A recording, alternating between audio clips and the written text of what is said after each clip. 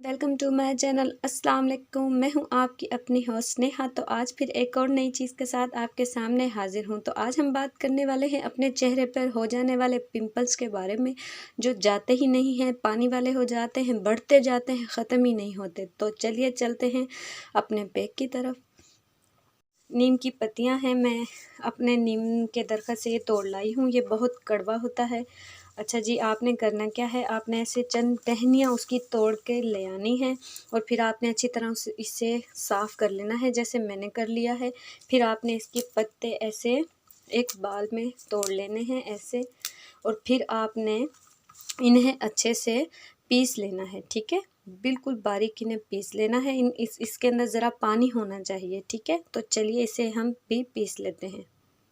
और पीस लिया है, ये देखें, ये बहुत कड़वा होता है और ये जितनी भी चेहरे की या दानों की जरासीम होती है, ये उनको कट करता है। ठीक है, तो आपने इसका करना क्या है, आपने इतना सा कॉटन लेना है और इसे आपने ऐसे गीला करना है उसके अंदर, और फिर जैसे ये पिंपल है, आपने इसे ऐसे अच्छे से इसे साफ़ कर लेना है। ठीक है, और फिर आपने इसे छोड़ देना है।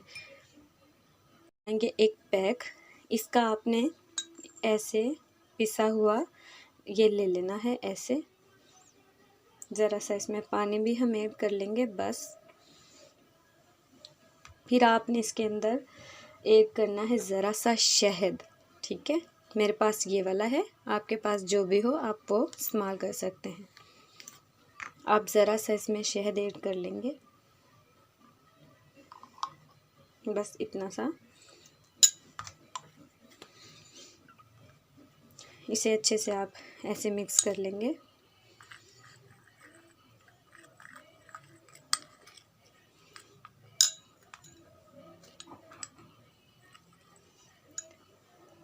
ज़रा सी आप इसमें ग्लिसरीन ऐड कर लेंगे, चंद कतरे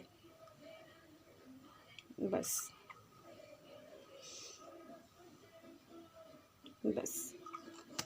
चंद कतरे हम इसमें ग्लिसरीन ऐड कर लेंगे। और फिर आप इसे 10 मिनट बनाकर रख देंगे, और फिर आप इसे अपने पिंपल पर ऐसे अप्लाई करेंगे।